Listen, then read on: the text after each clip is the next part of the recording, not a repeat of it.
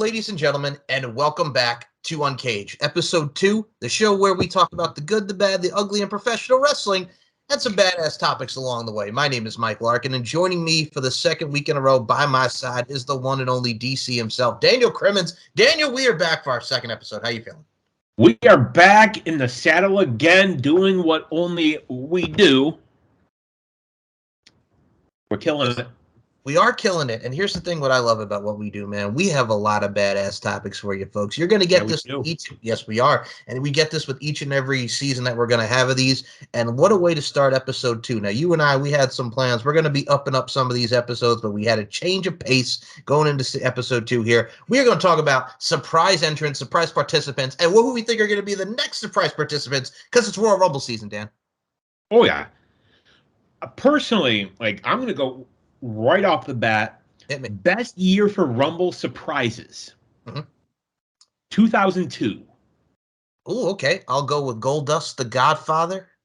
That one, I think we had Goldust, Godfather. I believe we also had Mr. Perfect. Yes, Mr. Perfect making his return to the WWF. Yep. And looking fucking amazing. This was also around the time when WCW had just gone out of business. He had done a couple indie shots, and then he comes back, looks great. But I think, you know what's funny? He had a lot of good stuff, and he was great around that time period still. But here's the funny part about it. Everybody still talks about the plane ride from hell and fighting Brock Lesnar on the plane. That's everybody thinks of with his 2002 run. Oh, yeah. And the sad part is, I will say this. Mr. Perfect, Kurt Hennig, he was ahead of his time. Yes. I mean, we can say that about so many people from his generation. Ahead of their time. Him, Scott Hall, all ahead of their time. Well, I mean, they were the tag team in AWA, tag team champions on the wall. You think of stuff with Nick Bockwinkel in the AWA, early stuff with Hogan and what we got, one of the best Intercontinental champions of all time. For me, with Mr. Perfect, I'm going to say this. I love his son. I love Curtis Axel. I love Michael McGillicuddy, Joe Hennig, whatever you want to call him. Never got the chance he deserved. That was my thing. They pushed him. Obviously, he started in NXT. Then he was with David Otunga. They were the tag champs. Blah.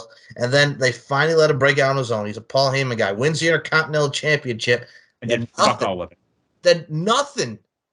The problem was, I know you don't want to necessarily make this so-and-so to be, hey, I'm so-and-so's kid. Because, Sean Stasiak. Yep. How many people over the years have floundered with famous parents?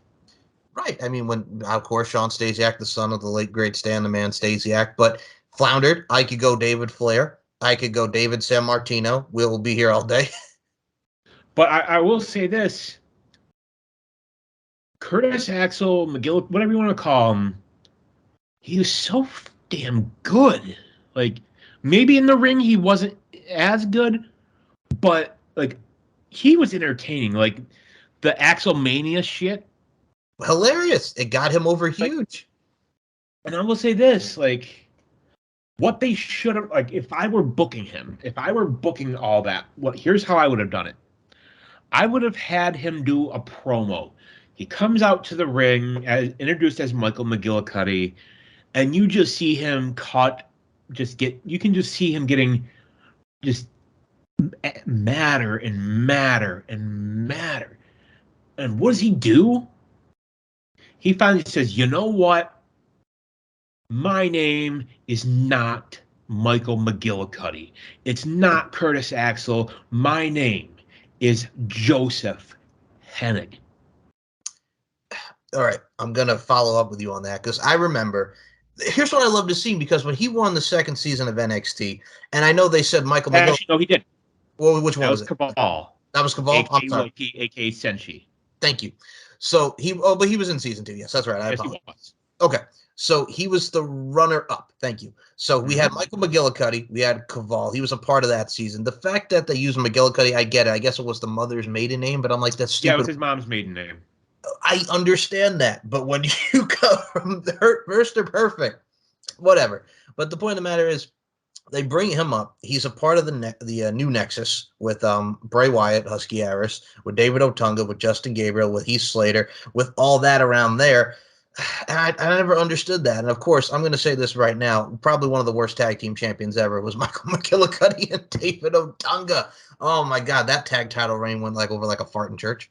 Actually, try John Cena and Justin Gabriel. Was it just, or was it him and David Otunga? John Cena and David Otunga. It doesn't fucking matter. Whatever. Okay, yeah. So with John Cena and David Otunga, you raised me, hold my beer. So it's one of those things where the point is 2010, 2011 has some wonky ass tag teams for the tag team championships. But I digress. Man, with Michael McGillicuddy, when he went from Axelmania, then he was teaming with Damian Sandow, and they were, what was it? He was the Macho Man and Macho, what was it? Macho Mandow. Macho Mandow, thank you. Macho Mandow, and then we had the B team, and he was a part of that, which really got him over as well. And then nothing. Then that was it. I think the last time we saw him, didn't he work as like a producer for a little bit for WWE? I think he still is. Or is he? Okay. Either way, I don't know. Okay. Either way, who knows who's working as a producer anymore? All I know is Ken Doane is on my screen almost every week, breaking up these fights. Man, Kenny from the Spirit Squad is a producer for WWE. And Abyss, I think Abyss is still working NXT, which good for him. We like us some Abyss. Yeah, we do. One of my favorite people. I remember, it's funny, like my buddy has a photo of him unmasked. I'm going to take people back here. 2005, NWA Cyberspace, Wayne, New Jersey, him and Rhino, when NWA Shockwave and all that was like a big thing for the NWA Cyberspace crew. Like seeing those matches on the indies, and Abyss did some stuff with Ring of Honor. He was part of the embassy. Like for me, the fact that a mind like him is working with these talents, that's absorbed knowledge right there, man. What I would do, and just as an aside, I would have him work with somebody like Omos. Yeah, I agree. Because, see, Omos, like, if you ever listen to him speak, he is very well-spoken for a big guy. Oh, yeah. But at the same time, what is something WWE doesn't really have? They don't have a heel monster. They don't. Somebody that just doesn't talk, just destroys. Uh-huh. And he would be perfect. Have Abyss work with him. Because you know what? Joseph Park, Chris Park, whatever the fuck his real name is, was perfect. Now, I would have loved to have seen him do a one-off in a Rumble.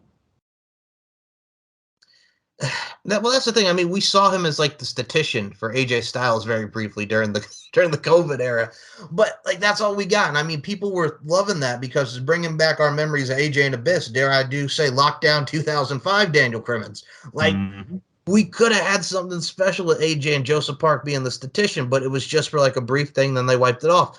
My thing is, again, like you mentioned, Royal Rumble appearance. I remember back in 07, I think he was originally supposed to come in and wrestle The Undertaker at WrestleMania 23. He was supposed to wrestle Taker at Mania that year. Yes, yep, WrestleMania. And that's the thing, too. Like, give me Abyss and Undertaker around that time, Abyss and Kane, but being the loyal guy that he is, he stayed with Impact. And I think now, years later, he regrets it. I mean, because he said the only reason he regrets it is the money. That's very true. And I mean, like, you got to realize then, like, you go to Mania is going to be a huge fucking payday in and of itself, but you're talking like Undertaker. Like, I don't give a fuck who was who was in the world title match, who was in the WWE title match. Didn't matter. Undertaker. Most of the years, it was who's working with Taker. Yep. I still laugh because when I think of Undertaker, and I'm going to put this in people's heads, could you imagine in 2005 if we had gotten the original plan and not the Undertaker and Randy Orton, and we had gotten the tag team match of the Undertaker and Kane versus Snitsky and Heinrich? That face. You remember? Yes. I'm going to take you back. Hit me. WrestleMania 19. Oh, God, him and Nathan Jones. It was supposed to be like him and Nathan Jones versus, was it Big Show and Albert? Yeah, Big Show and A-Train, yep. And I forget what it was, but either Nathan Jones didn't show up. Okay, all right. I'm gonna fill in the void here. So I love you for bringing this up. So Nathan Jones, Bruce Pritchard has talked about this on his podcast.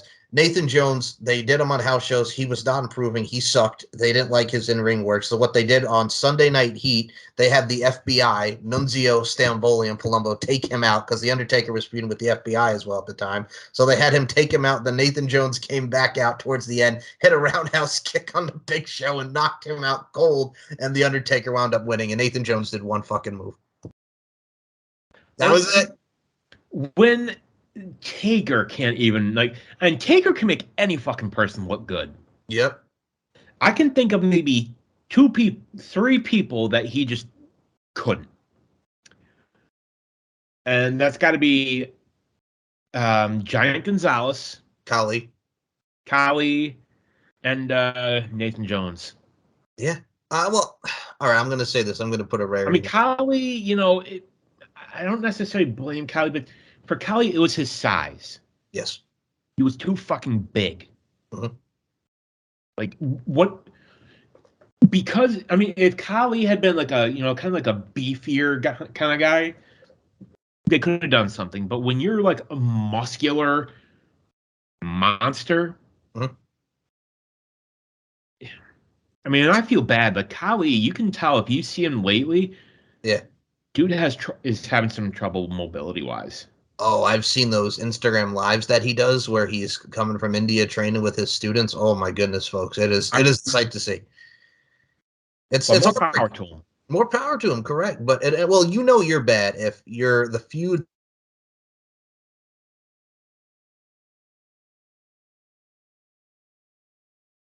Mike.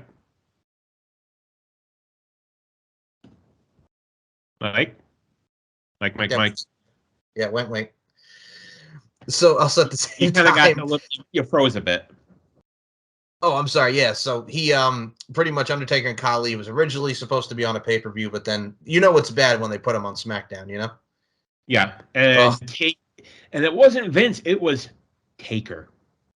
Yes, it was. He was like, "No, we're not." The other name, Viscera. Oh God, when he wrestled Big Daddy V, yeah. Oh no, I'm going like beyond that. Mabel. Oh, like Mabel, like when he broke his nose, Mabel. Okay. When he fucking sat on him. If I remember the story right, it was supposed to be a simple leg drop, and he like sat ass down on Taker's face. Much like when he did back then. Taker wasn't the level he was, but still, Taker was still like a top star. Yeah, no, you're right. And he wore the friggin' mask. That would be equivalent to that now. That would be like somebody doing that to Rollins. Yeah. No, I'm right there. Like, no. No. Well, he did the same thing to Kevin Nash. Remember SummerSlam? He dropped ass first on his back. Yeah. Oh my God, Viscera. God rest his soul, but he was something else. But all right. The problem was he was still so young. Yes. And they even said they rushed him too soon. No, I agree. And that's the thing too. Like, I mean, around that time, I remember he also did that movie with Rob Van Dam and Batista, Wrong Side of Town, for those that remember that. But that was another guy too. And I'm going to also up you because you made another great point as someone who we also work with. This is a God rest his soul, though. Yes. Rest in peace, Vis. But also, like, Luther Reigns was another one that sticks out of, like, Undertaker. Oh, God, I forgot about him. You forgot. Well, he feuded with The Undertaker right before the Randy match at No Way Out 05 because they were pushing Luther Reigns as this big monster. He was with Kurt Angle, and then they moved him here, and then him and Undertaker. He tried at No Way Out 05. It wasn't terrible, but forgettable. No, it was. It was just Luther Reigns sucks. I don't even think I don't think he's wrestling anymore. No, he retired a long time ago. I don't know what he's doing now, but God bless him. But we talk about retirement, and let's kind of. I don't know if you saw Ginny, former NXT UK star, announced her retirement. God, man, that breaks. Also the wife of Gunta. That breaks my heart. I like Ginny. She was really good on NXT UK. That breaks my heart. She was. And, I've got to wonder, injuries, probably, but also maybe she and Gunter are talking about starting a family. I mean, when you're in the business and you're constantly beating your body up, and then you want to find that foundation. I mean, having a kid is wonderful. It's it's the essence. It brings us a lot of joy and warmth in our lives. But I mean, I'm all about it. If you want to go start a family and you want to say less, don't friggin' keep taking these bumps. Start a family, become a mother. I'm all about it. Family. Yeah. And you know what? Honestly, I watched some of her promos. She was good. Very much. So maybe, if I'm WWE, I'm going there and I'm saying, hey, how would you like to work, in the performance center? I think she would be a good teacher because she has the experience. Maybe do that. Maybe work on, recruiting. I mean, well, that's the thing. You could bring a lot of girls from the UK because she does have that history and bring her in, much like you have a Sarah Del Rey. Man, there's a lot of stuff they could do, and a lot of people don't realize the importance of what we see in the performance center and the coaching and other things that you could do without putting your body on the line. There's a lot that goes into it. I know they offered Athena Ember Moon before she left and went to AEW. They wanted her to be a trainer, and she said no. So because she's still, younger. She still has, many good years left. Right. And I mean, it's not for everybody, but I mean, there's a lot of stuff that you could do outside of professional wrestling and really still help a lot of the talents. There are people that I will say that I think when they hang it up are going to be trainers and coaches. AJ Styles. Bailey for sure. AJ Styles. AJ, I think is going to be phenomenal, which no pun intended. But somebody like a Bailey or an AJ, even I will say the Usos.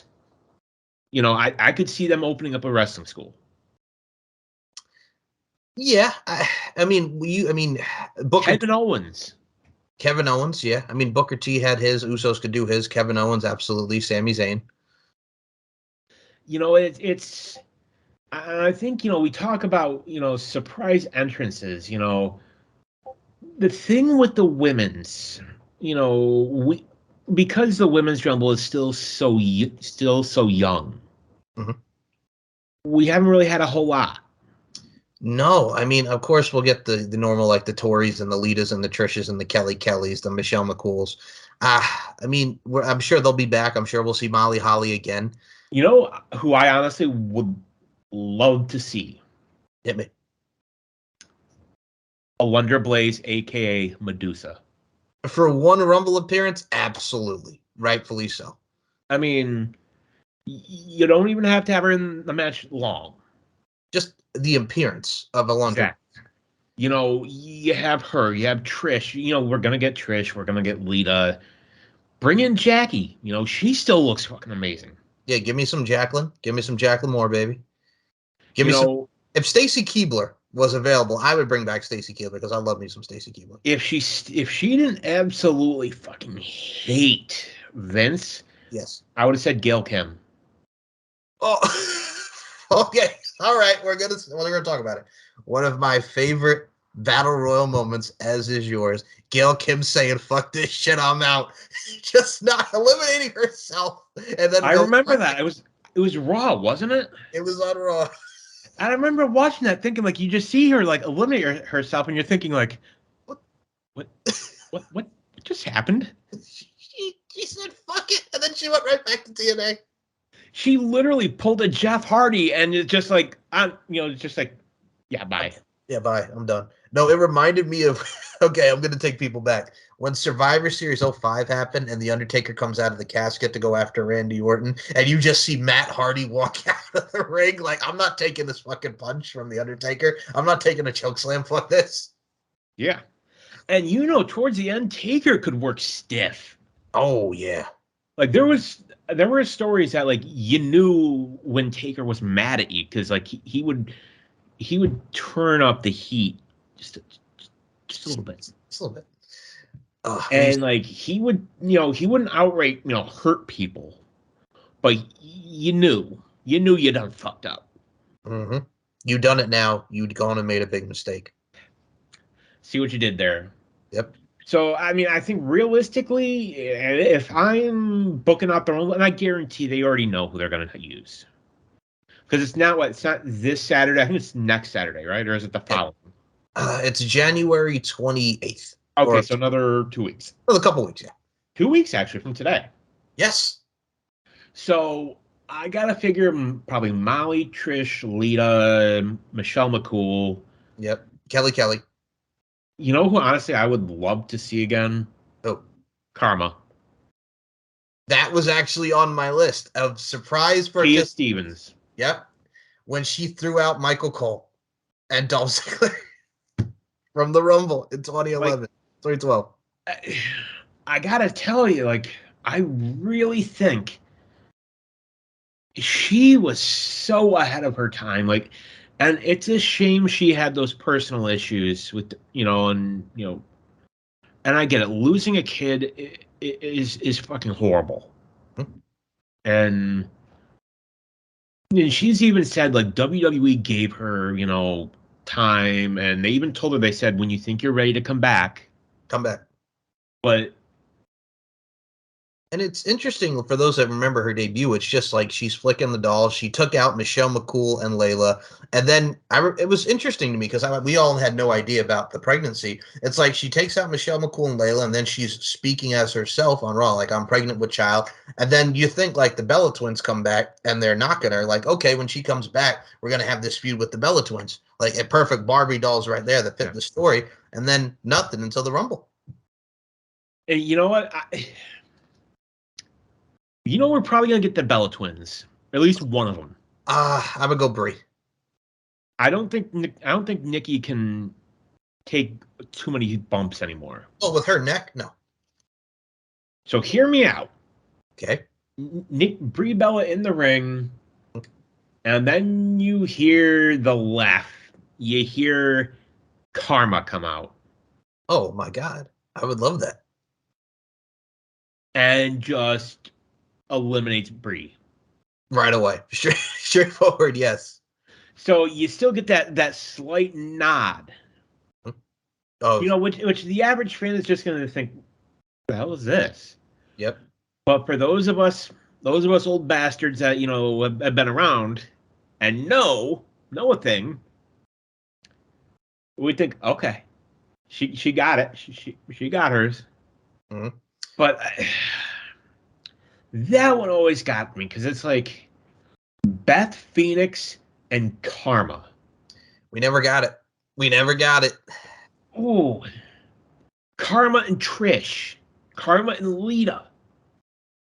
But Beth and Karma, to me, I feel like that would have been magic.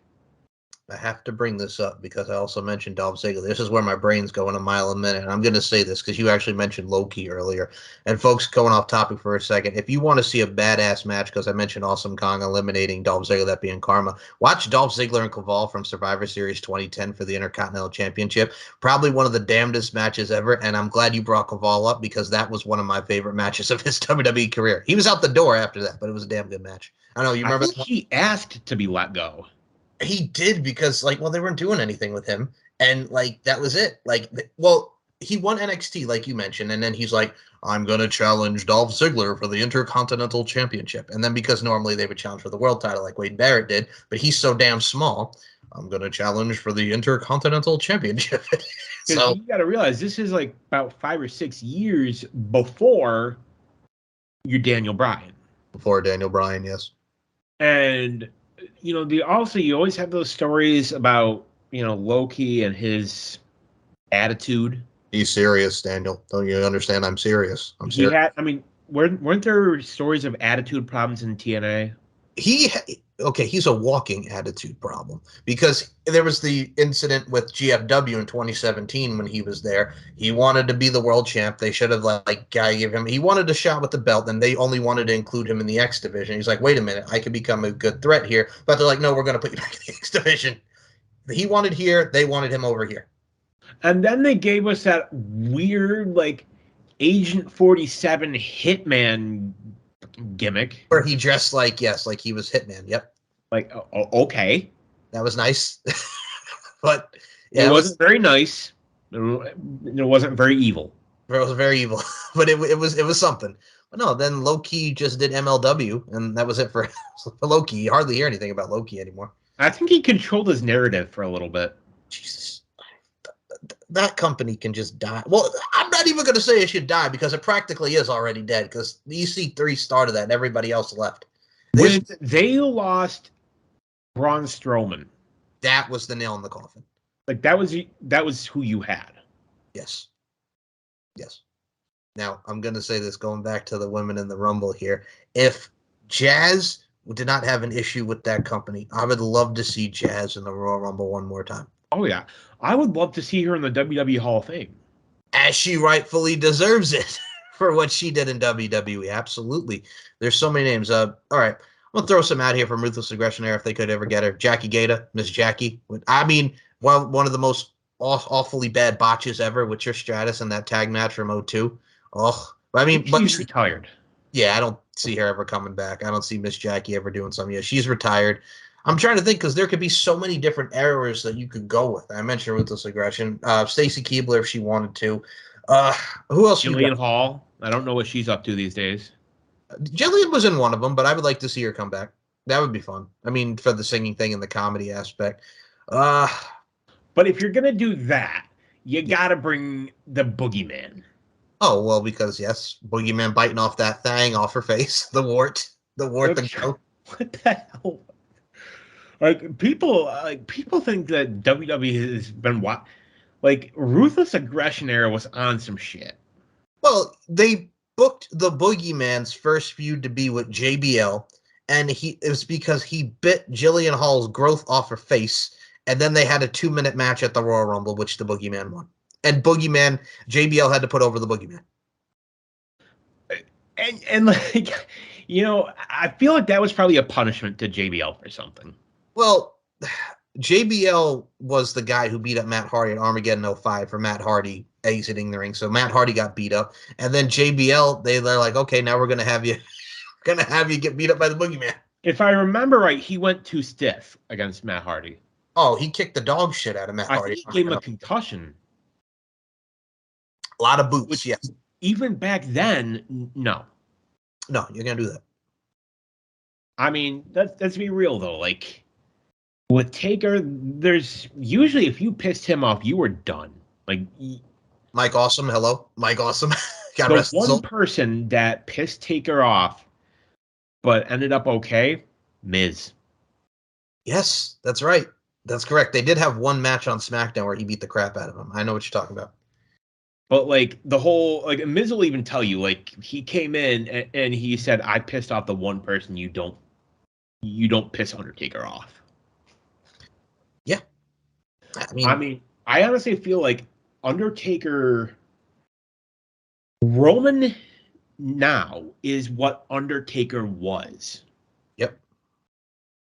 To where now I feel like if you pissed Roman off, you're done.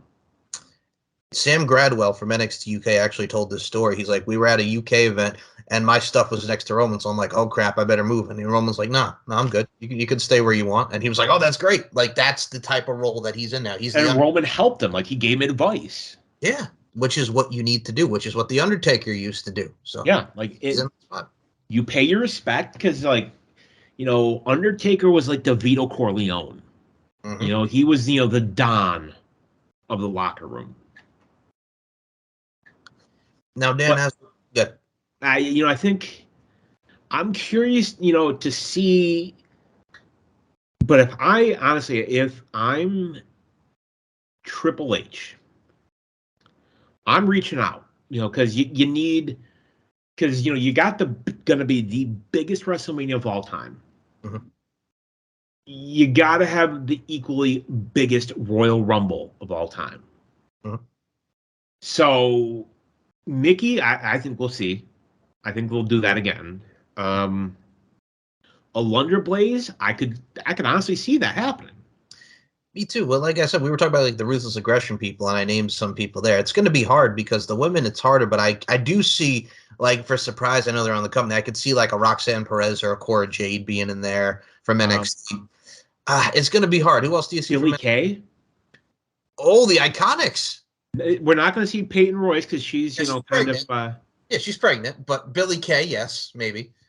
I just want to hear that music again. But that, no, the iconic. Yes. I mean, it was perfect. It was so ostentatious. It was just like, and they were perfect for the role. They were really. I mean, I'm going to say this for those who have not seen their NXT work. Like when they started making these talents look good, and then they put them together, it was like peanut butter and jelly, and it worked. It worked. I mean, I know she's retired, but I'm sure if Triple H called up Billy Kay and said, "Hey, come back. Rumble's coming up." They tried last year, but they were, in Impact, and I think they had just started. Yeah, they were starting, and then they won the Knockouts tag titles. And I think I think if Triple H called Billy Kay up and said, "Hey, look, would you be interested in doing the Rumble this year?" If I were her, I would take it. Now, what brings up also the point of everything that happened with Mandy Rose, and she talked about it on Tamron Hall with everything that happened. Do you see them saying, "Hey, Mandy, let's do the Rumble"? No, me either. I don't, because there's a lot of people that are saying, "Hey, well, they released her. Maybe she'll just do the Rumble appearance." No, I'm going to tell you why. Go ahead. And I think this ties into what's going on in WWE right now, which elephant in the room, the sale. Yeah. It's going to sell people. It's going to. Vince is getting out, he's cashing out his chips. If the front runner is Disney, which I think realistically, I would put the odds of purchase in Disney's corner. I'm leaning towards Disney as well. I don't see. Here's the thing. I don't see the Saudis. Could it possibly happen? Yeah, but I don't want it to. Like a lot of us don't. I don't think they'll get regulatory approval. All right, I'm with you there. So I'm not going to say Saudi. I'm going to say more towards Disney. I don't see anywhere else. My bet is Disney. I've been saying this. We said it last week. I'll say it again here this week on the Shizzo. It's got to be Disney. I can't think of anybody else. I mean, at least do you have someone else you think? So let's go. Let's run through it real quick. Right, go ahead. The big players. Disney, at first, I didn't like it. Yeah. But, they've got the money. They've got the money to do it. And I think, they're going to let Triple H run it. Because, they're not going to know how to fucking run wrestling. They don't know what to do. No, not at all. I think you're going to see, Disney buys it, you're going to see more integration with the parks. You're going to see, the this and the that. I could see, in Florida, they've got their budget hotels. Like they've got, All-Star Sports, All-Star Music. Who's to say you don't put WWE in the All-Star Sports? I think you could have the WWE Network on Disney, move it over to Disney Plus, because I still hate the layout of Peacock and how they have that. That's still a sore subject with me. I know Daniel does not like the way it is on Peacock. He hates it. It was fine, but I digress. So, okay, Netflix. Okay, cool layout, but you're gonna move Raw, SmackDown, and everything to Netflix? That was one I was not too keen on. Yeah, maybe, but that's a lot of money to sink into WWE. There was talk of Endeavor, which I believe is the parent company to UFC. Yes, you're correct. That I could see. And I would be fine with that. And I think if that happens, you see integration with the UFC. I think maybe you see, UFC guys show up on Raw or SmackDown. I think, WWE may be presented in more of like a legitimate kind of thing, which again, I think they would leave Triple H in charge. Maybe we get Dana White on WWE TV. I mean, in the integration with MMA and pro wrestling, it's always coincided over the years. I mean, well, Dana White has his thing now. What's that thing? That power slap that's on for TV. Oh, yeah. So I mean, whatever. I mean, hell, I'd do it. I like it, and besides him and I mean Dana White has a good relationship with the WWE. We need Gunter on that. Yo, okay. Put friggin' Gunther on power slap. There you go. Not even in the chest or the face. Just fucking Gunther just slapping people. Oh my goodness. I mean, I tell people, if you've never seen it, go on to YouTube, type Walter Chops Adam Cole. One of the most brutal ones. Or Jack Stars from NXT UK where he gets the hamburger. Yep. You can literally hear it. And it wasn't like a microphone, like he literally chopped him so hard. Mm-hmm. That man's soul left his body. Well, what was worse, the chop or the pounce into the crowd? The chop. Chop. Would you want to take a Walter chop? No, not at all. So, I think you do that. So, Endeavor, I'd be okay with. Okay. Comcast, they own NBC Universal. I'm pretty sure they own Warner now, too. Yeah, NBC and Warner Brothers, right? So that would be interesting, but you also got to realize NBC Universal / Comcast, they buy it. What happens to AEW? That is the integral part of it that really sucks because of the Warner Brother deal with AEW and Tony Khan. Now, I think there's also a story. Maybe The Rock. Maybe he would get together a team of investors. I mean, he's boys with Nick Khan, so I mean, they could come up with some stuff. I'd be okay with that. Like, Rock would know what to do with it. And like I was talking to the gentleman from the TSK show last night, I said, if it was The Rock, Vince would turn it into a fucking storyline. Yes, he would. It would be Roman versus The Rock. If The Rock wins, The Rock owns the company. Oh, he would definitely turn into a storyline. You're putting it in my head now, yes.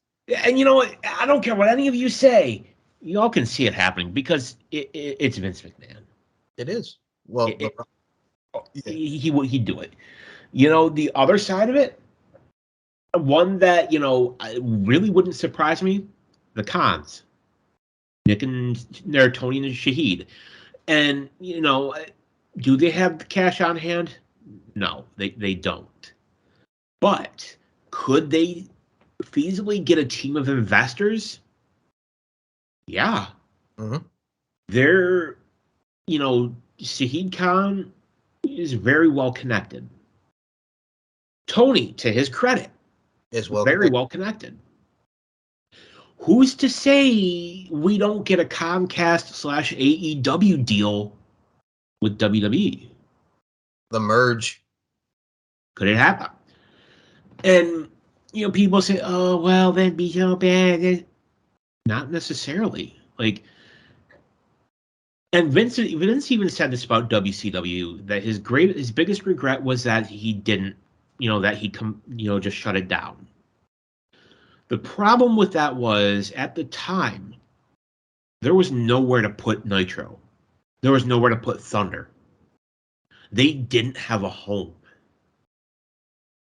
So it's like, when you sell a house, if your house that sells and you don't have your new house yet, what do you do with your stuff?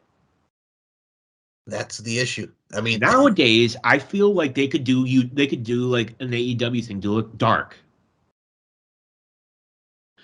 And maybe even Google could be a thing and buy WWE. They've got YouTube. Mm-hmm. And I think that the reason Vince is selling is the TV deals are coming up. Yes, they are. And we all remember how much he got for SmackDown years ago. Oh, yeah. He's not getting that again. No. They overpaid. Now, I think that's part of it. I think Vince is just at an age where he thinks, fuck it, I'm done. It's going to come in, man. Lethal dose of poison, sell the company, the whole nine, man. And just as an aside, you mentioned that, and we've talked. Yes. 20 years ago, he cut that promo. The lethal dose. How appropriate is it that now, 20 years later, almost 21, yeah, actually almost 21 years, it's literally happening. Well, he's going to kill his own creation. And yeah. That's the thing. He wanted to get back in the saddle. We're going to sell it. It's only me, damn it. And I think, honestly, he probably thought, oh, they're going to fall without me. And I think when we got the investor call for the Q3 earnings, and he saw that they were actually still making good money, I think he probably thought, no. And I think that's when he decided, you know what? I'm just going to sell it. Because an egomaniac like that, they need to be needed. They need to, have that feeling like that's how they survive, is by, they have to think that these people need me. Vince McMahon's the type of guy that he just can't stay retired. He has to has to come back. And I will just say, as an aside, political aside, you have Twitter, right? I do. Check out Linda McMahon's Twitter. Okay, I'm going to have to. What happened on Linda McMahon's She posted a tweet the other day. Maybe it's like Wednesday or Thursday. Maybe it would have been yesterday. Okay. She was talking about Biden and inflation, and how Biden said inflation is going down and all this and all that. And she made a comment about it, and it's like, Linda, shut up. Because you go look up that tweet. That tweet. Okay. Look at the comments. Oh my God, people tore into her.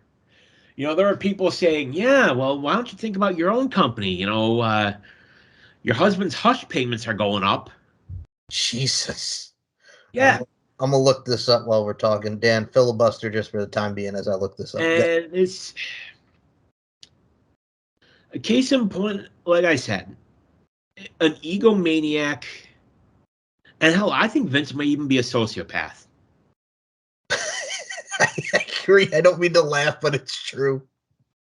And they have that need where they need to feel important.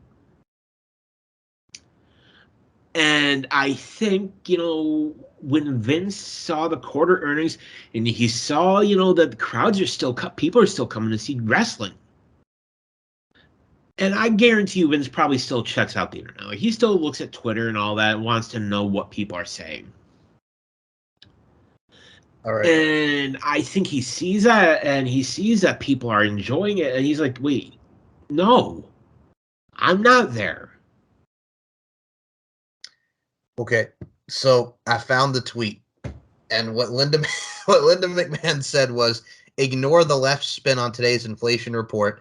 Since Joe Biden took office, prices are up 13.7%.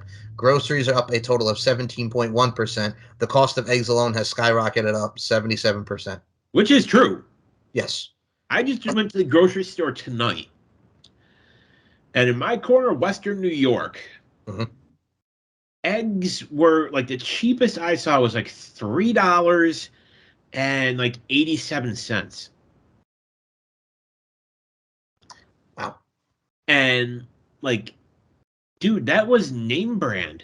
The name brand is more expensive than store brand. What the fuck? I know that they have it here too in the Carolinas. I've seen the exact same thing. Like, Eggland's Best was cheaper than the store brand. That's the world that we live in, folks. Wow. Oh my God. First it was fucking toilet paper. Yes. Now it's eggs. That's toilet paper and eggs. Like, oh my goodness. But we digress. So no, we digress. I think you're getting. It's going to be. I would say Disney. I think it's either going to be Disney or Tony Khan's going to pull it off. All right, I'm going to be honest. If he does, mm-hmm. There is one thing that Tony Khan better fucking do. Hit me. You remember the promo? Vince McMahon said, I have bought my competition. I hold in my hands. And I think he does something like that. But then Tony Khan comes out on Raw and says, I bought it. And he recreates that infamous promo. I now own the WWE. But you know what? Honestly, as much as I kind of would love to see that, I don't think you do that. No. Because Tony Khan has enough business sense to where you don't do that. You keep the companies separate. You let Triple H do his thing in WWE. And, maybe you have some crossover. But, that brings us, I think, back to reality. Royal Rumble surprises. All right. So we pretty much covered the women and who we think are going to do the women because there's really not a lot to pick, but we shall see. I'm looking forward to it. Yeah. Well, for the men, I will say this. A couple surprise participants and who we talked about some of the best. You mentioned O2 and we mentioned Karma. I still go with Edge and Christian from 2020 and 2021. I go with Jericho from 2023. What else did I put here? I also got Jericho from 2023, 2013, excuse me. I also go probably John Cena 08 was one of my favorites. Yep. I'm probably going to miss a couple of here, but Rob Van Dam in 2009 was a nice surprise. Well, the Honky Tonk Man in 2001 will always be one of my favorites. And I think we're probably going to get Bad Bunny. Bad Bunny again, yeah. I still think the greatest surprise Royal Rumble entrant of all time. 2020 Edge. Yep, that's my Nothing's going to ever top that because nobody ever thought that would happen. Well, 9 years and he's retired, and then 9 years to the day he's back. And you know what? What I loved about that, hearing the clock, countdown, and I can't even imagine the guys in the ring because they don't know. You hear "You think you know me," and just the crowd just lose their shit. And I remember hearing that thinking, Edge is probably bringing somebody out. But then you see Edge run out in his gear. Emotional as fuck. Looking great.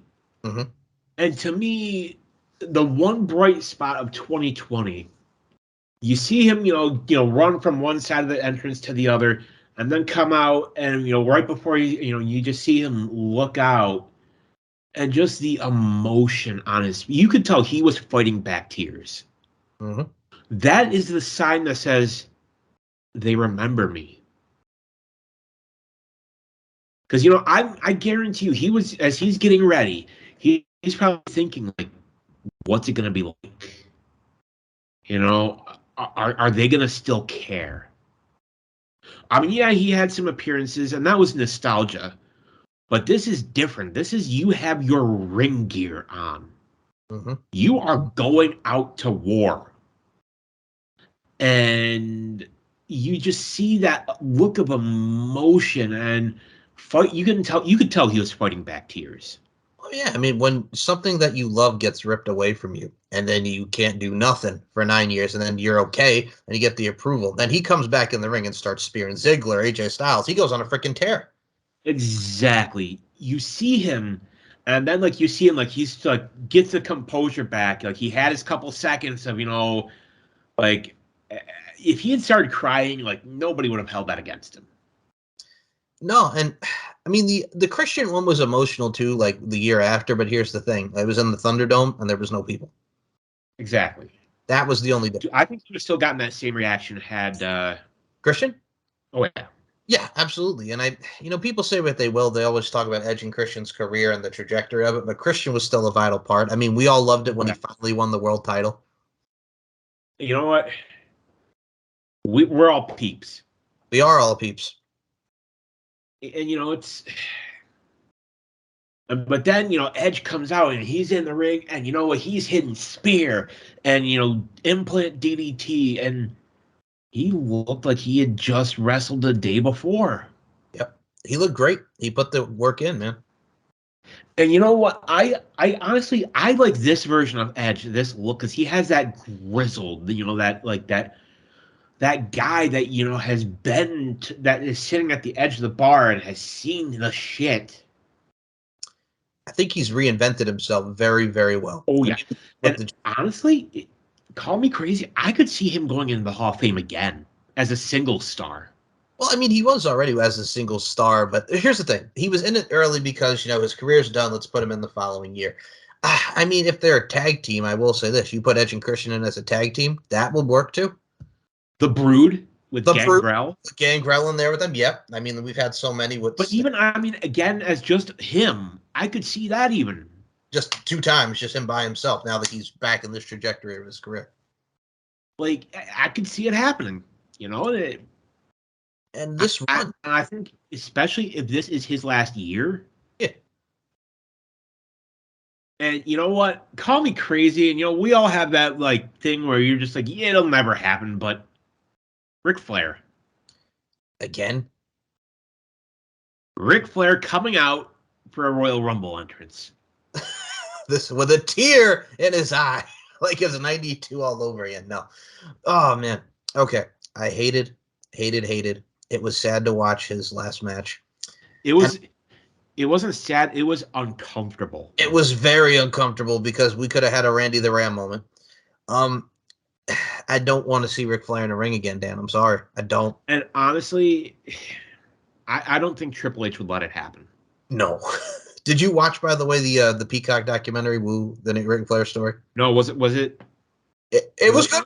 I'll be honest, folks. If you've not seen it, it's a WWE documentary, so it's a lot of the stuff that we pretty much know already. But it was interesting. They their credit, though. Yeah. That I do want to touch on the Flair's last match. Yeah. To their credit, I gotta give props to Jay Lethal and Ric Flair, or not Ric Flair, Jay Lethal and Jeff Jarrett. Yeah. They were the stars of that match. I can't think of anybody else that could have made that work. That could have protected Ric Flair like that. Well, Jay Lethal and him have such a good rapport in their feud and their woo off that we'll be here all day for. But one of the most iconic moments in TNA history. TNA history. It was so good. Woo, woo, woo, woo. And you know what? There are people that have never wrestled in WWE that you just think why? Jay Lethal. Like the Briscoes, Jay Lethal. Why? Lethal is just so good. At least they're finally doing something with him in AEW, because for a while there he was just kind of floundering. Satnam Singh, man, or as I have called him, Great Value Khali. Great Value Khali. I like it. But no, that's the thing too, man. If Ric Flair, I don't know, man. Ricky Steamboat, I would have loved to see in the Royal Rumble again, but I don't think Steamboat wants to do it. I don't know. I think he doesn't.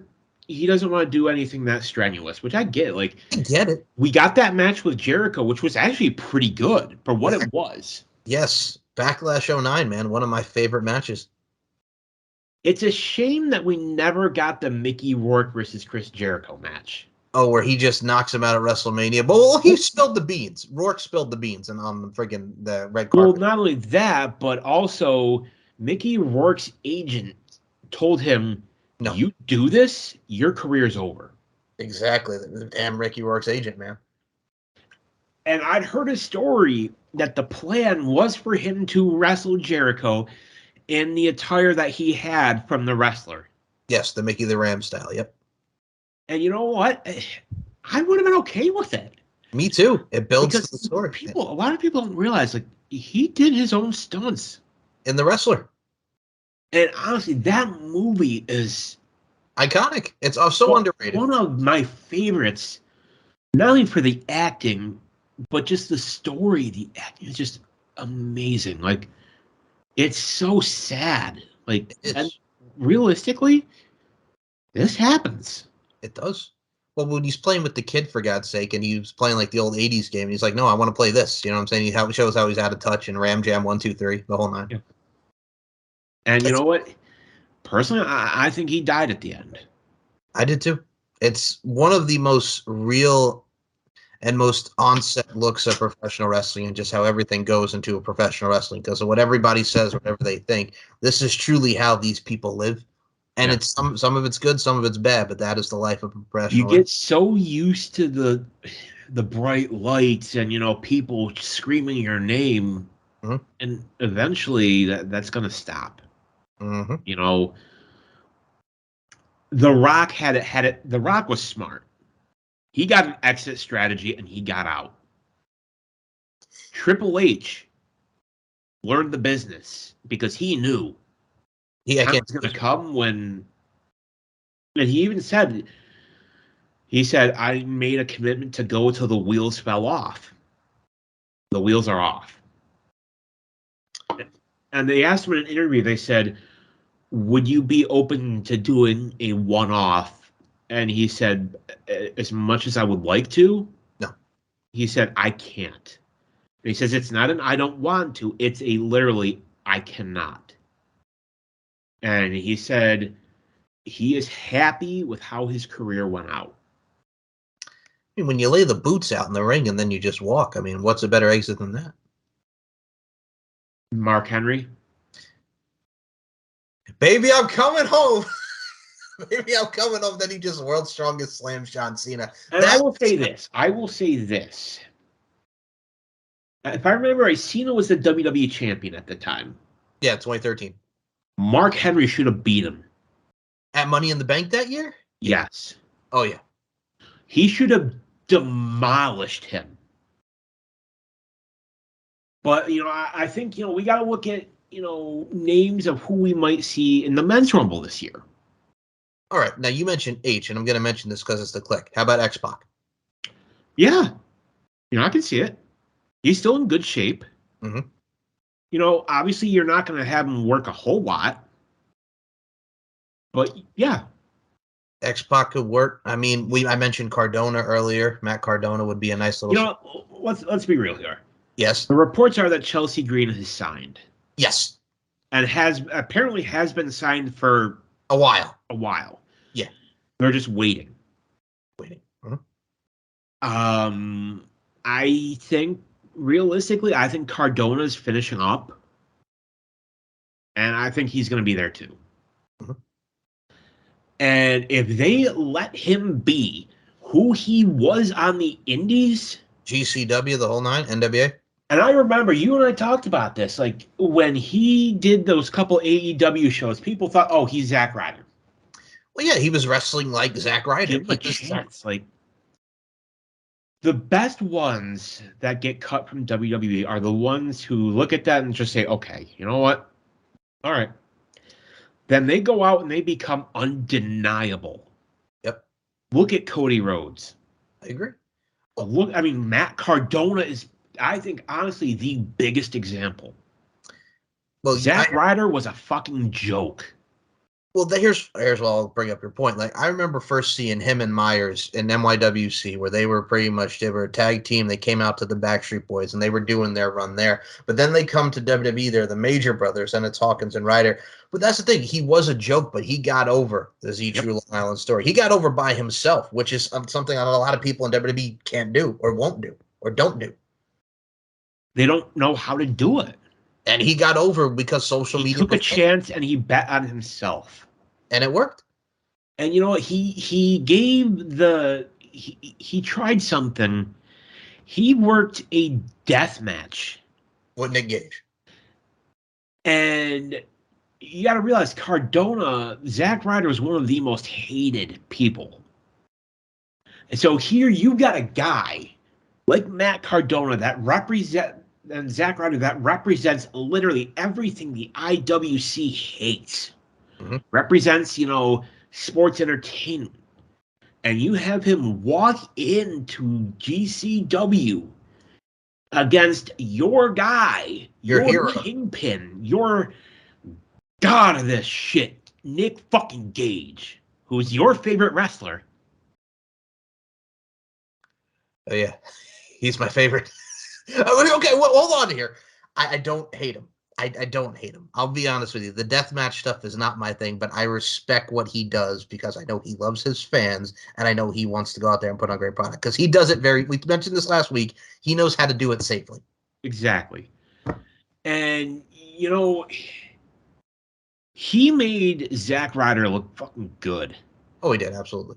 Like, I guarantee you, he probably told Zack Ryder, like, when you win, get the fuck out of there.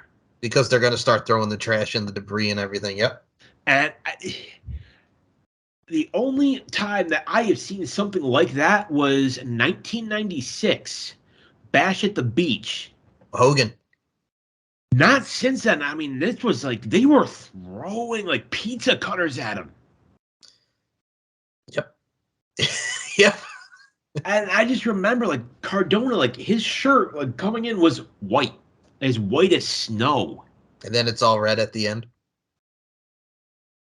I feel bad for the poor housekeeper at the hotel he was staying at that had to change those bed sheets.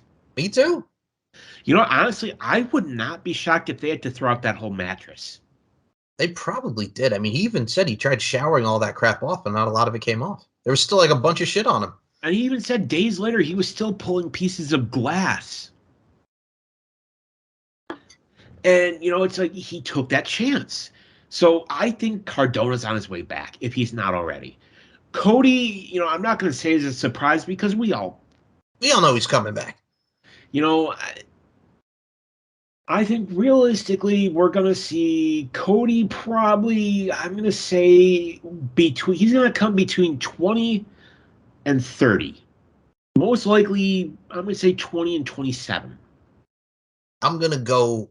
All right, you say 27. I'm going to say he's probably going to come in. I'm going to go about 2 rows before you. I'll say midway. I'm going to say 25. No, I'm saying in between 20 and like 27. Oh, okay. That.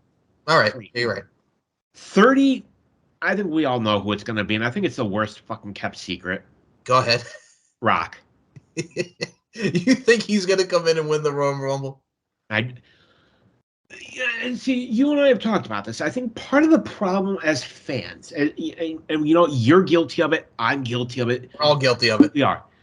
We hype ourselves up so much that if we don't get the thing, anything else is a letdown. Mm-hmm. Like, think of the lead up to WrestleMania 30. Yep. It was never supposed to be Daniel Bryan. He had fought Bray Wyatt in a great match at the Rumble. Then he wasn't even in the Rumble match. But no, what I'm saying is we all thought, okay, it's going to be Daniel Bryan. No. We thought it was going to be Roman winning the Rumble. Nope. And I will be honest, that year would have been too soon. It would have been too soon for Roman. Well, yeah, because they just had the Shield, and it was way, way too soon. Now, other side of that, the plan was for Batista versus Orton for the title at WrestleMania 30. Yep. And to his credit, Batista knew. He knew when he came back that the fans were going to shit on it. And they did. He didn't want to win the Rumble that year. He didn't even want to come back as a babyface. Well, no, he said he was fine doing that. But he said that, like, he told Vince, he said, don't have me win because he said the fans are going to hate it. And they did. And then remember, he fought Del Rio at the next pay-per-view and he got booed out of the building. People were cheering Del Rio and people fucking hated that asshole. Del Rio, yes. And they were cheering for Alberto Del Rio. And he's somebody who I think we can safely say that opponent is not coming back. Ew. Okay. There was a report that said that they were considering it, and then they said they're like, yeah. Okay. I'll go to the women's side of things with that. I'll go one up on the statement. There was talk that WWE reached out to Nia Jax, and Nia Jax said, "No, I'm not going to do it." Yeah, I doubt that happened. Well, you don't think that they reached out to her? No. All right. Well, here's the thing. If you were WWE, would you even want to reach out to Nia Jax? No. No. Here's the problem. Yes. Nia Jax, to me, is somebody that coasted on her family. And the fact that I'm The Rock's cousin. And when you injure 2 of the company's top stars. I mean, I will say this, though. When she injured Becky like that, that was the best thing for Becky Lynch. And it started the man character. It made Becky Lynch. The other side of that could have been a lot worse. And the fact that she tried to get heat off of it. I forget who it was. It might even have been Booker T that said it. Wait, no. It wasn't Booker T. It was Jim Cornette. And I don't agree with Cornette on a lot, but hear me out. Okay. Cornette said there's two kinds of heat in the business. There's good heat, and then there's go-away heat. She got the go-away heat. Exactly. And she kept pushing it and pushing it. She had that storyline with Alexa Bliss, the bullying, which that was good. Yep. And we all can relate to it. That should have been the Nia Jax they should have kept with. But they didn't. And then she kind of went nowhere after that. I mean, the Shayna Baszler storyline and all that stuff, but she kind of, it went nowhere. She after that whole thing, that was like the biggest thing that she had in her career. And then after that, it kind of just like floundered. And you know what? Do I feel bad for her? Yeah, I don't even know what she's doing. I think she's trying to do modeling. Yes, which is what she started in modeling. So yeah. But I think maybe I would say Dustin Rhodes. Maybe they do something with AEW. I wouldn't be surprised if we get Nick Aldis. Oh, with how he is with everything that went down with NWA, I'd love to see Nick Aldis in that Rumble. There's reports that Tama Tonga and Hikuleo are leaving Japan. I think Tama would be very interesting in a Rumble, and Hikuleo would be also very interesting. And, I guess Tonga Loa's not cleared yet. No? Well, did you also hear who they signed? I think they signed Carl Fredericks to NXT, right? Yep. They got the New Japan guys, man. Like, there's a lot of stuff they could do. And there's also the rumors that Jay White's contract is, Yeah. And if I'm Triple H, I'm already like the wheels are turning. And, I think, let's be realistic. Jay White, I don't see him going to AEW because there's already so much talent there that like he'd get lost in the shuffle. Like, yeah. Yep. Nothing wrong with AEW. I like their product, but he'd get lost. Well, let's be real here. I mean, you and I both like the product too, but that is the company where you get lost in the shuffle. They need more TV time. They do. So, if I'm Triple H, and let's say I've got both Jay White, Tama Tonga, Tonga Loa, and Hikuleo signed, all four of them. I'm thinking, what do I do with them? You know what I do with them? What would you do with them, Dan? You got Judgment Day. You got the OC. Gang Warfare. See, I like that because it kind of ties into. I remember in 2016 around Royal Rumble time when they brought in Styles, Nakamura in the club, and the OC all came in at the one fell swoops. I could see something similar like that. You have Jay White and God. And if I'm booking this, you know what? I'm booking the match at WrestleMania for the tag titles. What's that? Tama Tonga and Tonga Loa versus the Usos. Give me it. Book it. A dream match that fans have been wanting for ages. There are very few dream matches left. Ones that we will never get Sting versus Undertaker. We will never get Austin versus Goldberg. We will never get Austin versus Lesnar.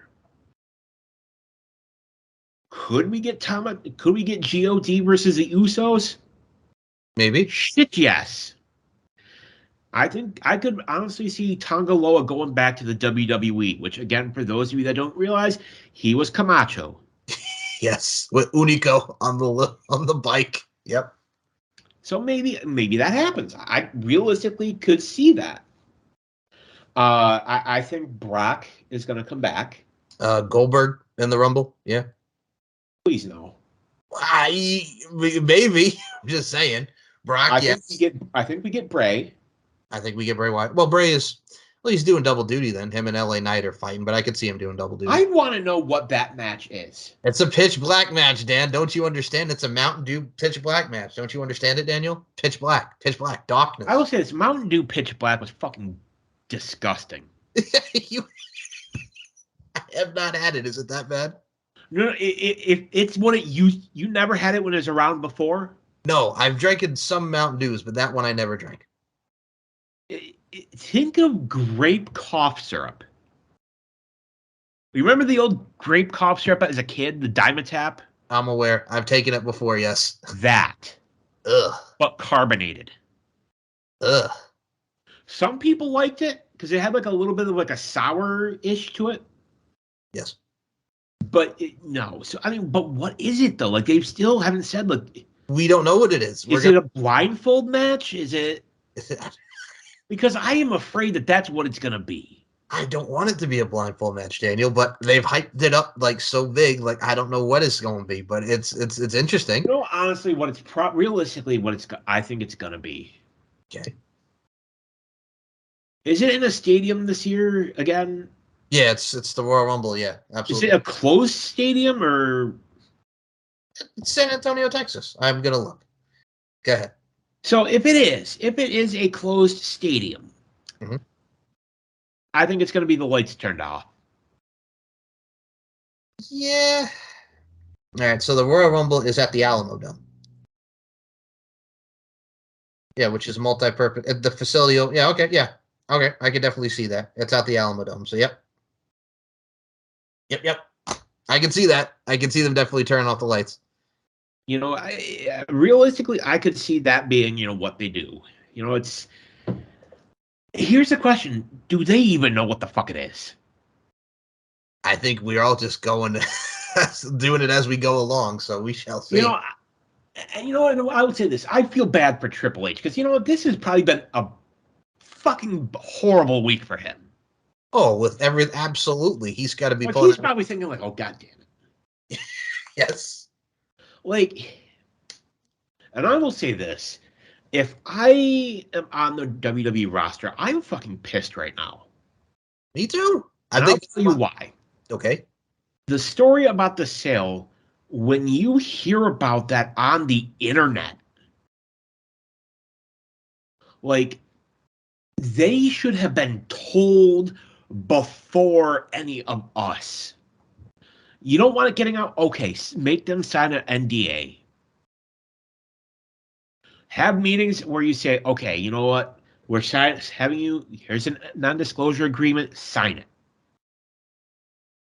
I mean, for Triple H's side, I mean, he has had these meetings before, like SmackDown and Raw, to like tell everybody, hey, Vinnie Mac ain't coming back to creative. It's going to still remain the same, but for now, I mean, I see that, but yeah, it's a shitty week for everybody. And I mean, the pitch black match, like you mentioned, but the fan, but as a wrestler to hear about it on the internet, the Saudi thing, that would have fucking pissed me off. And a lot of them would have walked. Mass exodus, baby. I think if it goes through with Saudi, I think they're going to lose a lot of people. Sami Zayn's going to go bye-bye. KO is going to be gone. I think, Sonya Deville, gone. Dakota Kai, gone. Anybody that is LGBTQ, gone. And don't get me wrong, I've got nothing against the people of Saudi Arabia. Absolutely nothing at all. Neither. It's the government, man. The government of Saudi. And, let's be real, as I said, why would they buy this? And I'll tell you why. It's to make them look good. It's to try to repair their image. And no. So realistically, I'll say it again. Maybe it's me being a conspiracy theorist. I would not be shocked if somebody in WWE leaked that story. I mean, the fact that, and you remember, it wasn't just those tweets. It was like mainstream news was covering this. Mm-hmm. Barstool and all these people were covering it. Yep. Like even like CNBC, CNBC, like, ESPN. like when you have mainstream media covering this shit, I think that's when they realized, shit, we got to get ahead of this. So, what if, what if that was Triple H and Stephanie, leaking it? They leaked it to kill it. Oof. I don't know, but what I do know is it has been a rough week, like you mentioned, for everybody. And I mean, the Royal Rumble is going to be a positive side of things, and we mentioned some surprises for the. Honestly, this is as a fan, this is my fucking favorite time of the year. Me too. Me too. As a wrestling fan, this is Christmas. It is. It's the road to WrestleMania. Exactly, like because you've got this, you have Elimination Chamber, which I've heard is in Saudi again, which has kind of a different meaning with being in Saudi. Is it in Saudi again? I'm going to take a look. It was last year, if I'm not mistaken. Yeah, that one was last year. Yeah, where it had all the 12 girls, Becky Lynch and Lita, and the whole nine. Yeah. And I mean, with this one, like we mentioned, some of the men for surprises. I'm going to go to NXT. Who do you think we're going to see from the men from NXT? I could see like a Braun Breaker. Braun Breaker. The Cameron Grimes. Cameron Grimes. To the moon. I can see Cameron. I could see Ilya Dragunov. Ilya Dragunov. Okay. Tyler Bate. Oh, fuck that dude. Tyler Bate. Grayson Waller. Fuck Grayson Waller. Why you hate Grayson? Okay, what is it with you guys? You and Robert Davis hate Grayson Waller. What do you hate about Grayson Waller? What's wrong with Grayson Waller? His name. Okay. I fucking hate the. Now I will say this: there's one person in NXT who I think I absolutely fucking love his stuff. Okay, hit me. Joe Gacy. Oh, he's the man. He's the cult leader, the schism, the whole nine there. Yep. I want to see Schism against the Wyatt family. That would have been money, man. Him and Bray Wyatt it would, and him and Bray Wyatt would be great. Because I think we're gonna get a new Wyatt family. Maybe not called Wyatt family, but we're getting something. Like there was a report that Bo Dallas was seen backstage. Yep. Because honestly, let's be real. If you don't realize that he's Uncle Howdy, where you been? I think realistically, it's gonna be him. It's who knows. You know what? Honestly, I wouldn't be surprised if Eric Rowan comes back. It would work with Bray's story, absolutely. I think he could be a surprise entrance. That's a good bet. I will say this, I think Eric Redbeard was a missed opportunity in AEW. They didn't do anything, man, with him. He just came in, he did the stuff against the House of Black and all that stuff, but that was like it, really. Like he did nothing. I mean, he did Brody's tribute show, of course, but he really didn't do anything else. I think with that, like that, the time to bring him in would have been after Brody. Agreed. That was it. That was the time to bring him. But I know he's done a couple indie stuff, here and there. But I really think he could be a surprise entrant. NXT, Grayson Waller, maybe. Gacy, no. Nah, I don't for this one. Jinder, yes, absolutely. Cameron, well, what's his face? Carmelo Hayes would be sweet. Dude, that guy's fucking money. He is. He's awesome. Like the feud that he has now with Apollo Crews, I love it. I love the Apollo Crews feud. I just love Apollo Crews. They've made him something again, and you made me care about Apollo Crews again. They got rid of that bullshit fucking Black Panther, Wakanda Forever. Which, honestly, let's be real, that's what I guarantee you. Vince saw Black Panther and said, like, here's what I honestly think happened. Okay. I think he was over at Shane and his wife's house, and I think he saw his grandchildren watching it, and he thought, "Huh, how can I put that? No, I can't put Kofi because, they wouldn't buy that again. Who else do we have? Hollow Cruz. Hollow Cruz. Oh, his family's from Nigeria? Well, he's got to be Nigerian. We're going to give him an accent. But he's been speaking English for 6 years. Oh, we're going to give him an accent anyway. You know what? Let's be realistic here. Yes. Another thing that fucking bothers me with WWE right now. Okay. Sheamus and Drew McIntyre. The Banger Bros. Banger after banger after banger. That's not what I was thinking, Michael. What were you thinking?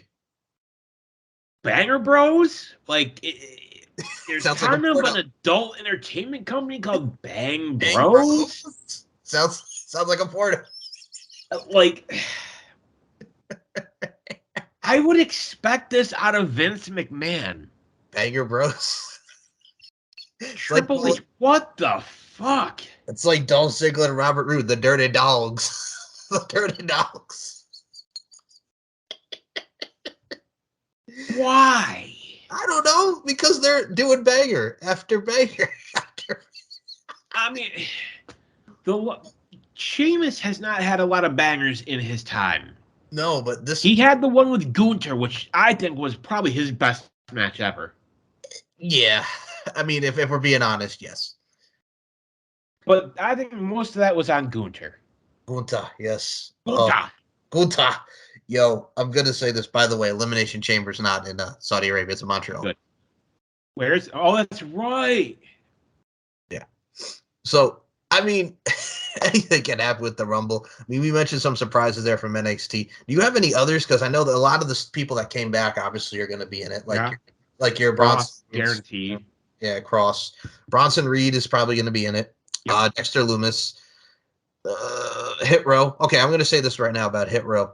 The fact that they finally turned them heel. I know, I hate him too. Here's why I hate him, because that has been the biggest letdown of Triple H's returns. But the fact that they finally are doing something where they turned him heel, I'm okay with that. Now, hear me out. Hear me out. Hit me.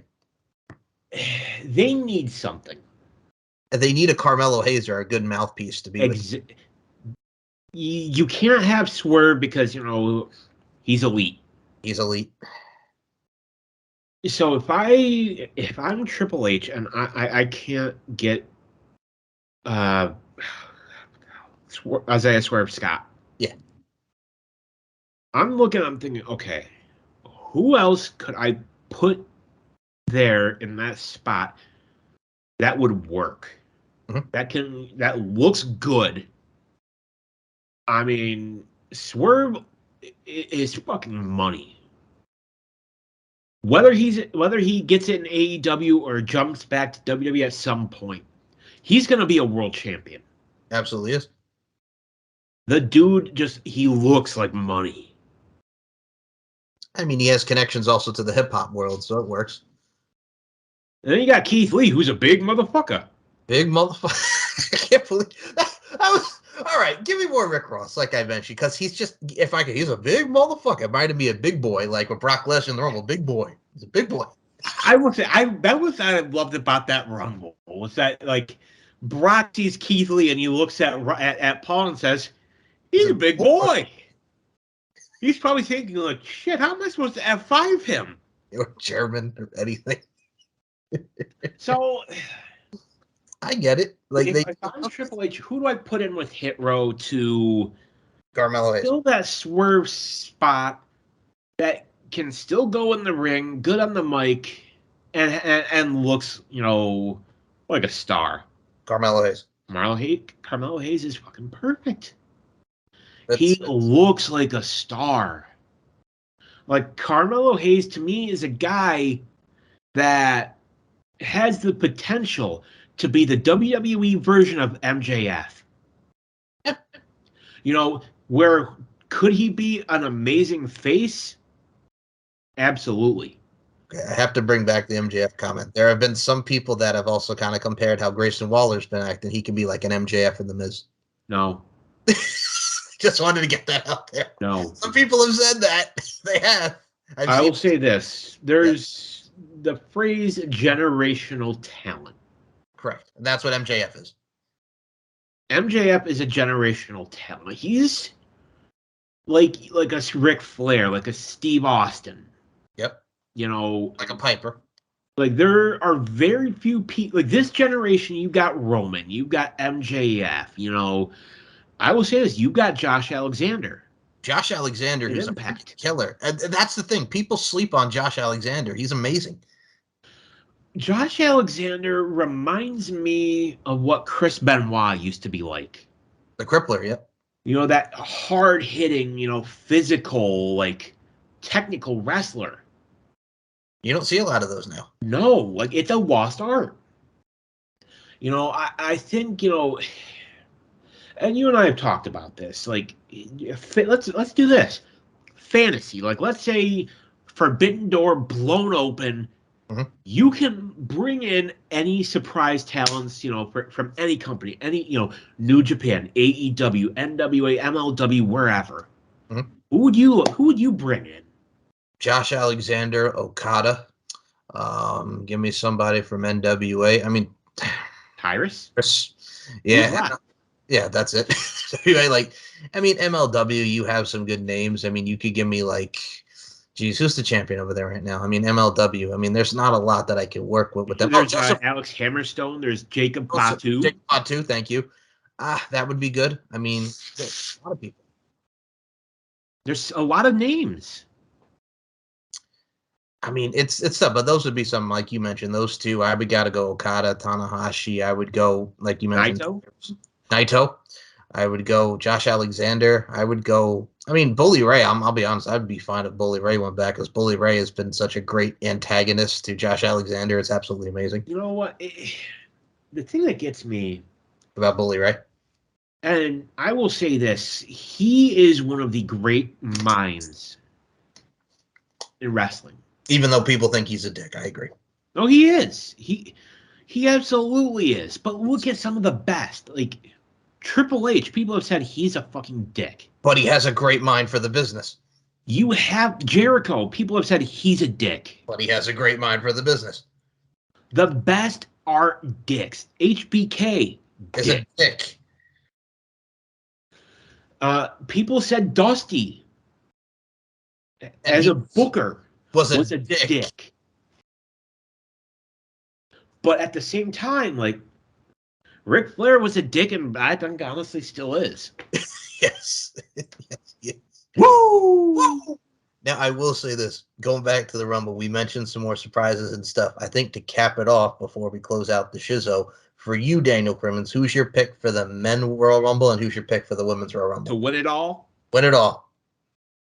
All right, I'm going to do two for each. Who would I like to see versus who do I think it's going to be? Okay. We'll do the men's first. Okay. Who do I think it's going to be? It's either going to be Cody or The Rock. Or a combination of both. Okay. Reason I say that, there was the rumor that Roman was going to work both nights. Yep. So what do? WWE title one night, Universal the next. Roman's not going to win them both. He's going to beat The Rock. So that leaves us with who do I want to see? I want to see Sami Zayn win it. Okay. And I want to see Sami Zayn win the title. Because, and everybody's been saying it, you have people from other companies. MJF has even said it. Sami Zayn is just so fucking good. And the fans at large are finally seeing how good this guy is. We saw it not just in Ring of Honor, but we saw his early NXT stuff to get to the main roster. Man's gold. His match with Shinsuke Nakamura is one of the greatest NXT matches of all time. TakeOver Dallas 2016, one of the absolute best. And I would love to see Sami Zayn win it all. So for my men, I'm gonna go with Cody, who I think. No, let's do who do you think versus who do you want it to be. Who do I think? Who I want? Okay, so who I think is gonna win? Cody. Who I want to win? It's a tie between Sami Zayn, and I kind of want to see Seth freaking Rollins only because I would like to have that dynamic with Roman since we never really got a distinct finish. But there's also the story that Seth may be injured.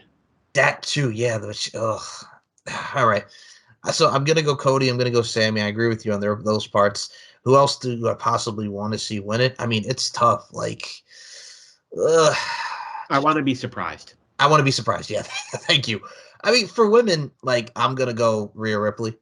Who's who I want to win because she's awesome. That's who I want to win. Who do I think is gonna win?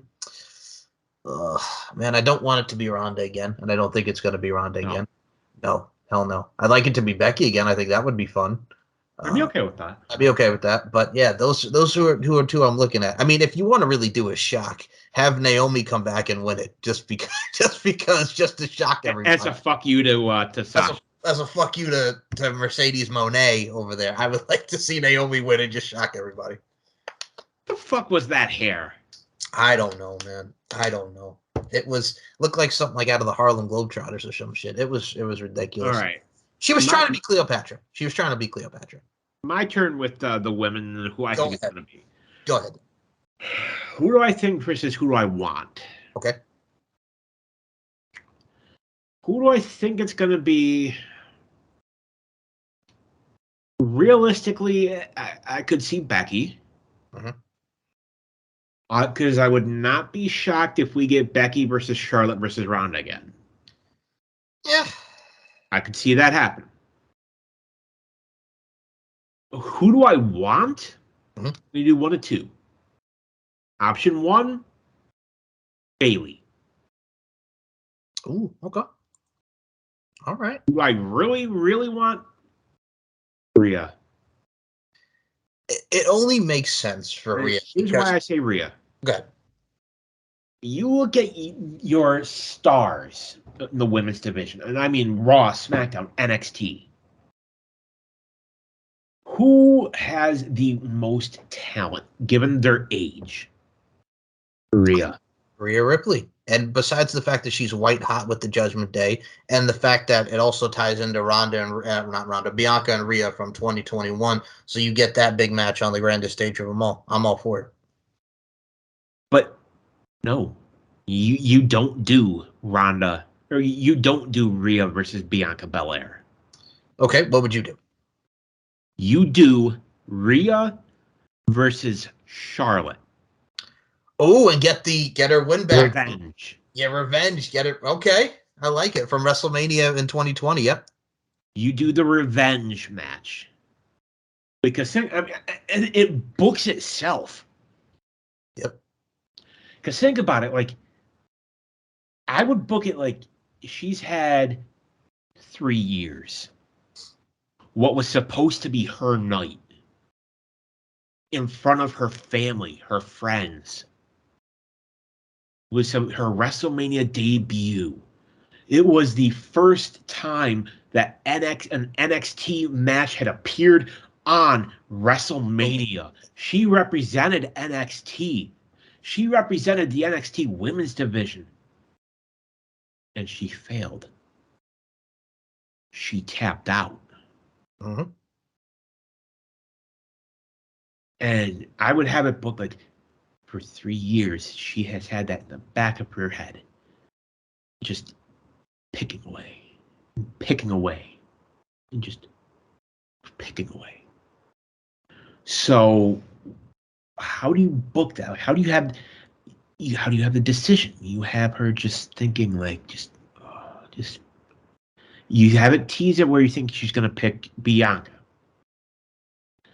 And then out of nowhere, she just obliterates Charlotte. And I don't mean a slight just, knock her down, pick her. I mean a beatdown. To the point, I mean, like, puts her through tables, puts her just... mollywops her, chairs, tables, give me everything. To the point where they put Charlotte in an ambulance. And then you have Rhea, stop, pull her out of the ambulance, beat her down some more. And now how do the fans view that? They think, oh, Super Charlotte's going to come back and win it again. And then, no, you have the reverse wins. Yep. And then WrestleMania, how do I book the match? I'm thinking Brock Lesnar versus John Cena SummerSlam. She just suplex after suplex after suplex. Just destroys Charlotte. And Charlotte doesn't even get in one move. Not one. Mm-hmm. And how do I book the finish? Because I'll be honest, there's nothing left for Charlotte to do. No. So I got to figure, what do we do? What do we do? We have Rhea beat Charlotte with Charlotte's own finish. Figure 4. The figure 8. Figure 8. Middle of the ring. And book it to a whole fucking storyline. Rick accompanies Charlotte down to the ring because Rhea's going to have somebody. Mm-hmm. She's going to have Dominic, probably. So she ain't going to have Andrade because, he's doing whatever it is he's doing. Yes. And I think middle of the ring, Rhea locks in either the figure 4 or the figure 8. And, she does the bridge. And who is she looking at as she's upside down? Rick. Yep. And she just has that look on her eyes, that psychotic look. And Rick just looks just terrified. And Charlotte's got nothing to do but taps out. And Rhea's celebrating. She has the title. What does she do? Holds the title up in the air with her foot on Charlotte. We don't see Charlotte again for another several months. And Rhea just goes through fucking everybody. She goes through Shayna. She goes through Liv Morgan. Fucking have her even go through Ronda. Fucking everybody. And then you have Charlotte come back. Then you can have Charlotte get the revenge. That's what you do. I like that. And I'm going to say right now, that I would do just because I like what you're saying there and also builds off the 3 years. Rhea and Bianca, I got to say, like you talk about the element of surprise, folks, is Royal Rumble season going into WrestleMania. There's so many possibilities. There's so many entrants.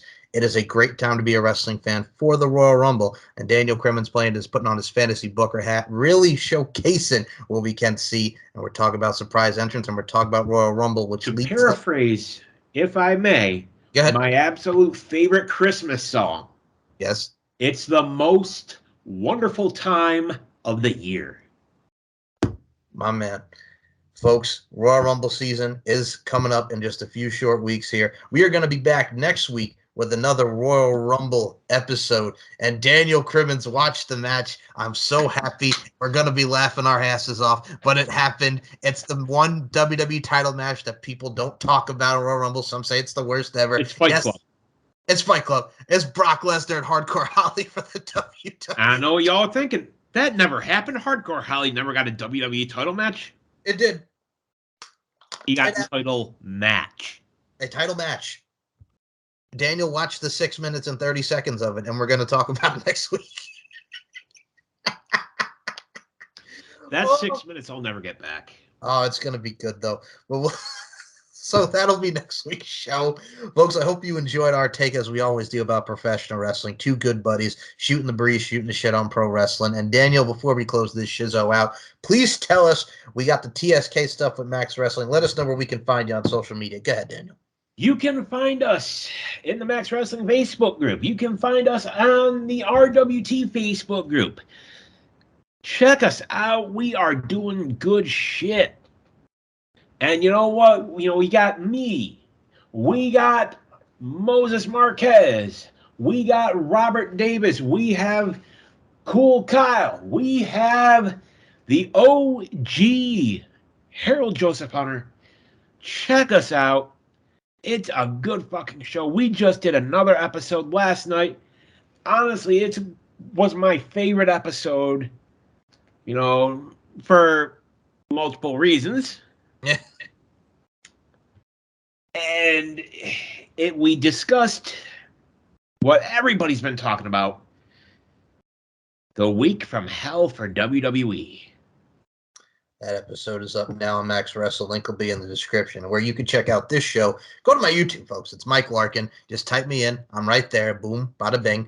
And you guys can check out this show. You guys can check out a lot of the On the Mic with Mikes, the LFC Lingerie Fighting Championships podcast. I even put up some of my old school video game history audios up there. So you get to see a lot of great content, a lot of quality, much like what we do with the TSK. Once more, link will be in the description.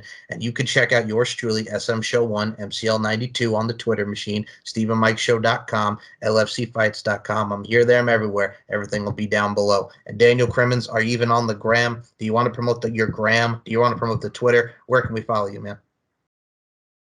You can follow me everywhere. I'm everywhere. Okay, well, the links will be in the description. And you know what, folks? Watch this show, subscribe to us, and look at our beautiful faces. This girl right here. This girl right here. Well, we're gonna look at this. I mean, this is like just money. It's money. Look at our faces. Subscribe to us. Subscribe. So we can get human monies. We can be like Danhausen. We can be, because subscribing to us would be very nice. And also be very evil at the same time. Because Danhausen may not have gotten a blimp, but you know what? I don't want a blimp. I want a jet. Me too. Danhausen sold himself short. He did. And what we don't do is sell ourselves shorts, because you're going to get some badass content next week. Brock Lesnar, Hardcore Holly, WWE Championship match. Whether you want it or not? How do you like me now? You're going to like us next week. So, folks, for Daniel Crimmins, my name is Mike Larkin, and we'll see you in the next episode of Uncaged.